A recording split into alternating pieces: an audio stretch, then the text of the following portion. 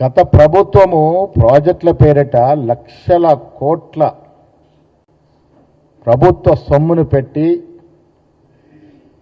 ప్రాజెక్టులు కట్టి కాళేశ్వరంలో దాదాపు 1,00,000 కోట్లు పెట్టి దాంట్లో వేల కోట్లకు అవినీతికి పాల్పడింది. ప్రజాధనం వృధా అయింది కాబట్టే ఈ అవినీతి పైన రాష్ట్రంలో కాంగ్రెస్ పార్టీ అధికారంలోకి వచ్చిన తర్వాత రేవంత్ రెడ్డి గారి నేతృత్వంలో ఒక పద్ధతి ప్రకారము దర్యాప్తు జరపాలని నిర్ణయించింది. కారణం ప్రజల సొత్తు దుర్వినియోగమైంది. ప్రజల యొక్క డబ్బుని నీళ్లలో పోశారు కాబట్టి దీని మీద దర్యాప్తు జరపాలని నిర్ణయం చేయడం జరిగింది. దీంట్లో భాగంగానే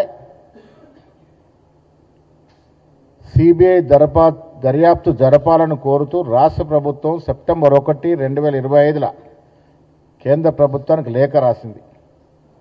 ఇప్పటి వరకు ఒక్క అడుగు కూడా ముందుకేలే.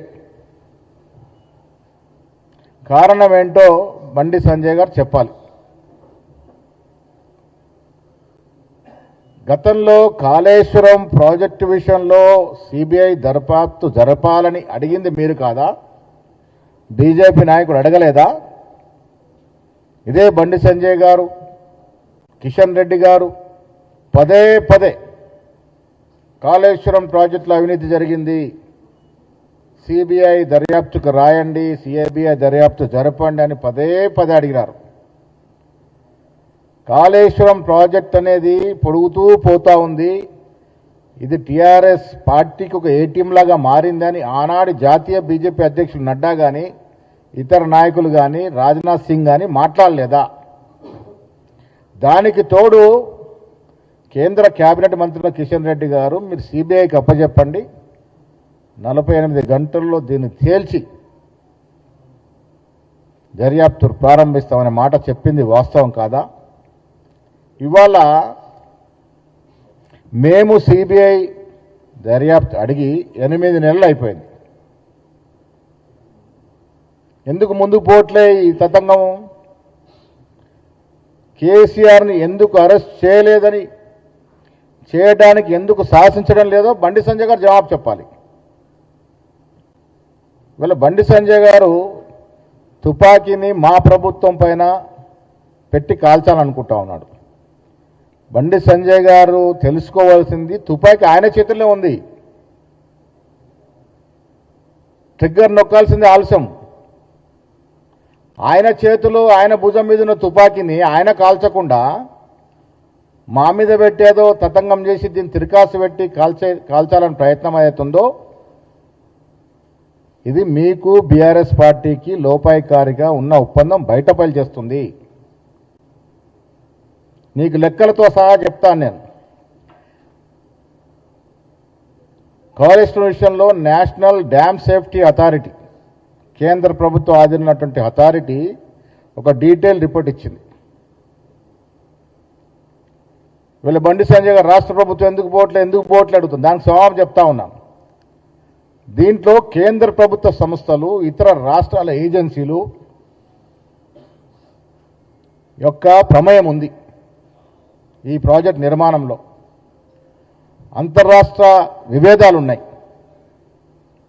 ఇవాళ రాష్ట్ర ప్రభుత్వం దర్యాప్తు చేపడితే మొదటగా మీరు సహకారం చేయరు, కేంద్ర ప్రభుత్వం సహకారం చేయదు, పక్కనట్టు మహారాష్ట్ర ప్రభుత్వం సహకారం చేయదు, కేంద్ర ప్రభుత్వం దీంట్లో ఉన్నటువంటి కేంద్ర ప్రభుత్వ సంస్థలు సహకారం చేయవి. దాని కారణంగానే ఇది అసెంబ్లీలో చర్చ పెట్టి దీన్ని సిబిఐకి అప్పచెప్పడం జరిగింది.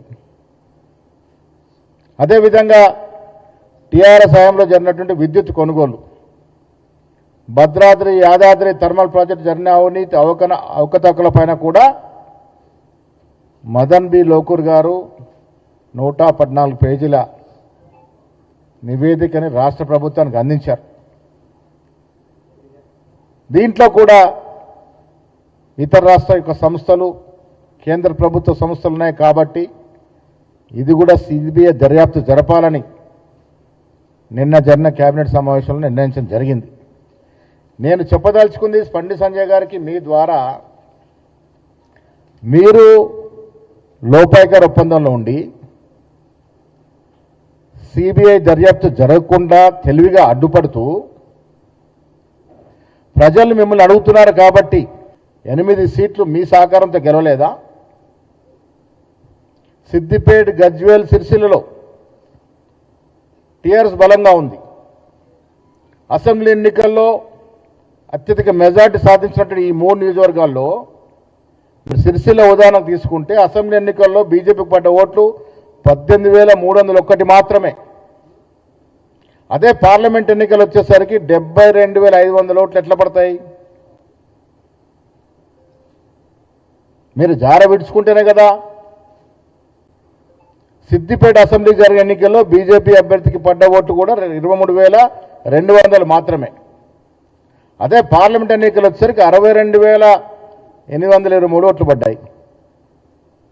హరీష్ రావు గారు మద్దతు లేకుండానే బీజేపీకి ఇన్ని ఓట్లు పడ్డాయా? అంటే మీరు లోపాయకారిగా క్విట్ ప్రో క్రో మాదిరిగా 8 సీట్లు మీరు బీజేపీకి అందించినారు కాబట్టి దాని రిటర్న్ గిఫ్ట్ లాగా కేంద్రంలో ఉన్నటువంటి బీజేపీ నాయకులు 8 నెలలుగా సిబిఐ దర్యాప్తును తాత్సారం చేస్తా ఉన్నారు. ఇది ప్రజలకు అర్థమైనటువంటి సందర్భం.